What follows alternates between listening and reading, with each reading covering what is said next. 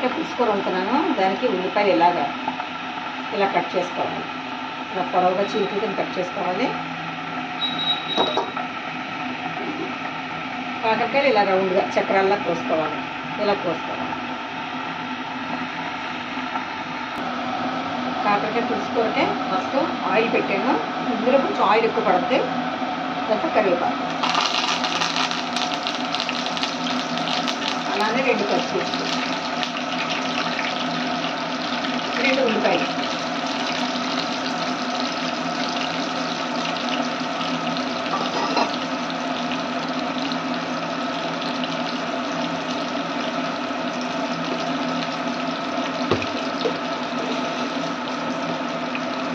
తర్వాత కొంచెం ఉప్పు ఎక్కువ పడితే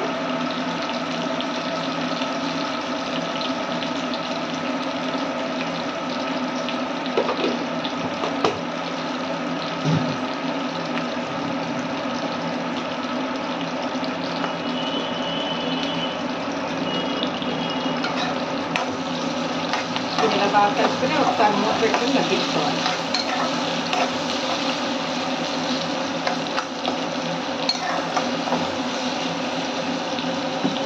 మూత పెట్టుకుని కాసేపు మగ్గించుకోవాలి.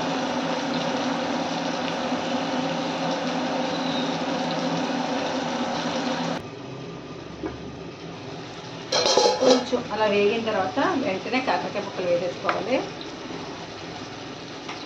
ఈ పులుసు 4 రోజులైనా సరే పాడవడం, చాలా బాగుంటుంది.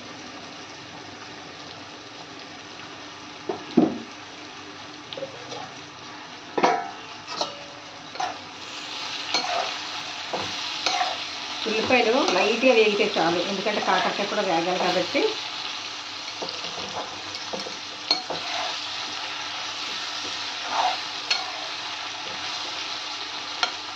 ఇప్పుడు మూత పెట్టేసుకుంటాం.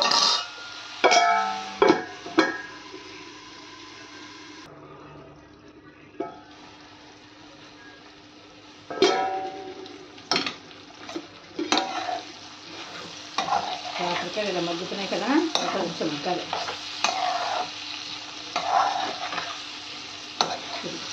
ఇలా మగ్గిన దీన్ని కొంచెం వేయిస్తాం.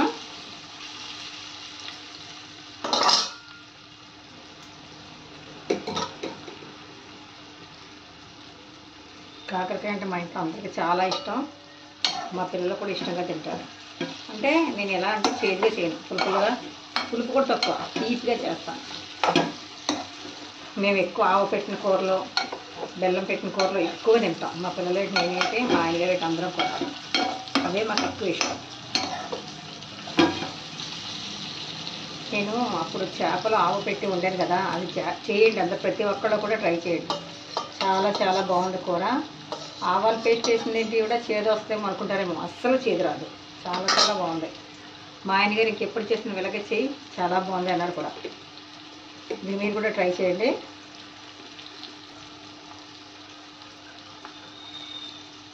ఇప్పుడు పసుపు,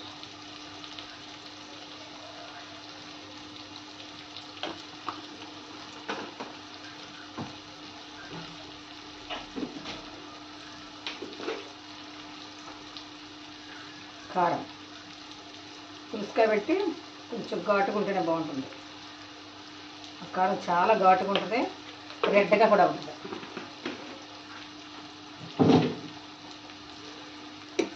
ఇప్పుడు బాగా కలుపుకుందాం.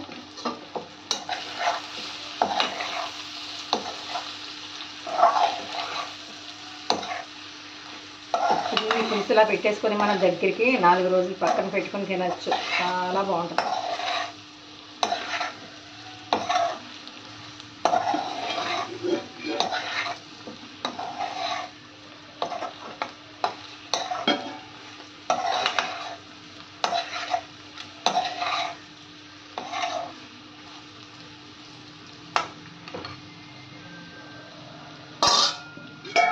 పెట్టేద్దామండి. కారం పసుపు కూడా వాసన రాకుండా పోవాలి కదా.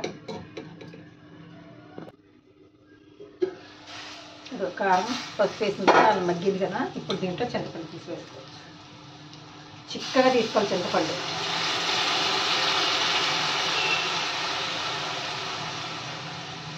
మామూలు పులుసులో పలుచగా తీయకూడదు, చిక్కగా తీసుకోవాలి. ఇది చూసాక కదా ఎంత చక్కగా ఉంది.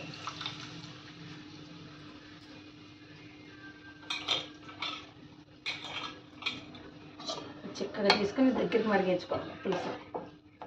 అందుకే పులుసు కూర అన్నాను నేను. కాకరకాయ పులుసు అనలేదు. పులుసు పప్పు ఒక రకంగా వండుతాను, ఇది ఒక రకం.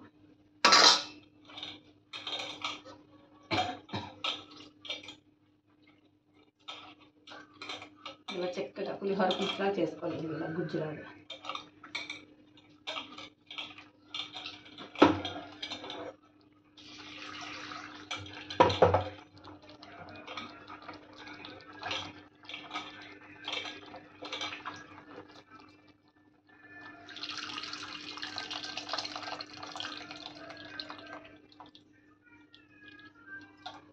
ఇందులో ఇంకా చింతపండు ఉంది కాబట్టి ఇది రేపు రసం పెట్టుకుంటే సరిపోతుంది. చక్కగా తీసాను కదా పులుసు, అందుకు నాకు పొదుపు ఎక్కువ ఉండవు. చేసే చోట చేయండి, ఇలాంటి అట్లా చేస్తాను పొదుపు.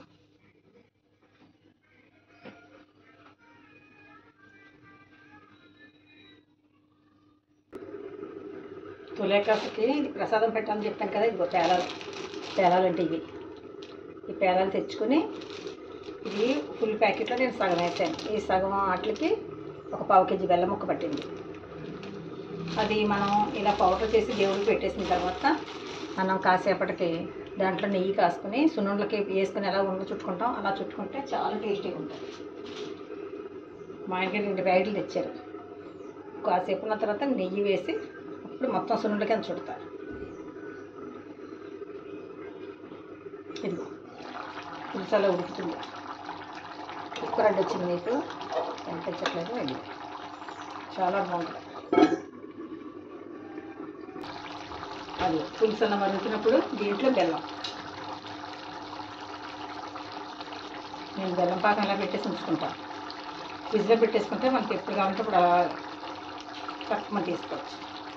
నేను బెల్లం పాకం ఎక్కువ వేసుకుంటాను. మేము చాలా తీయగా తింటాం. ఇదిగో 2 గరిటెలు వేసాను. మేము అంతా తీయగా తింటాం. చేదుగా ఉంటే ఎవడో ముక్కం. కరగడానికి ఇందులో కలుపుతున్నాను. కరిగిపోయింది.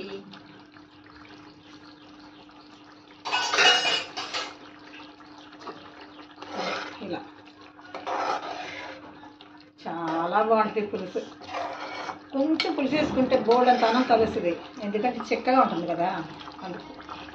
ఇంకా మరగాలి, దగ్గరికి రావాలి. దగ్గరికి మరిగిన తర్వాత పోపు వేసుకోవాలి. మూత పెట్టేస్తాను, నూనె తూలిపోతుంది.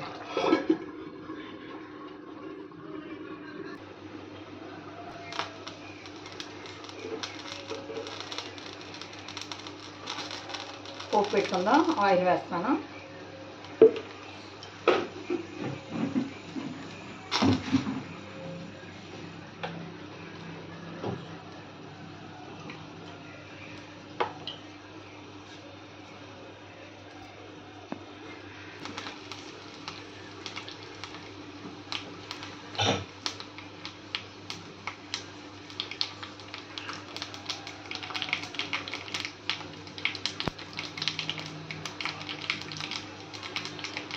ఉప్పు వేస్తేనే దాంట్లో వెల్లిపాయలు కూడా వేసేస్తున్నాను.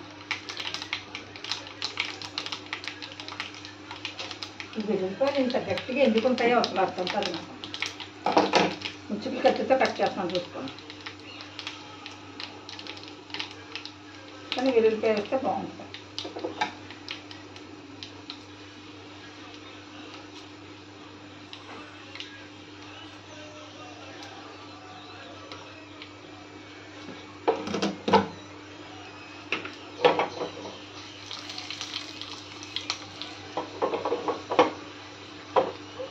వెల్లుల్లిపాయల కోసం క్రాస్ వేసి స్టవ్ మీద ఈ పోపు ఏంటంటే ఆయిల్ పెట్టాను కదా, ఆవాలు, జీలకర్ర, ఎండుమిర్చి, కరివేపాకు, వెల్లుల్లిపాయ రెబ్బలు ఇవన్నీ వేసుకుని పులుసులో బాగా వేగిపోయింది కదా పోపు. పులుసులో వేసుకుందాం.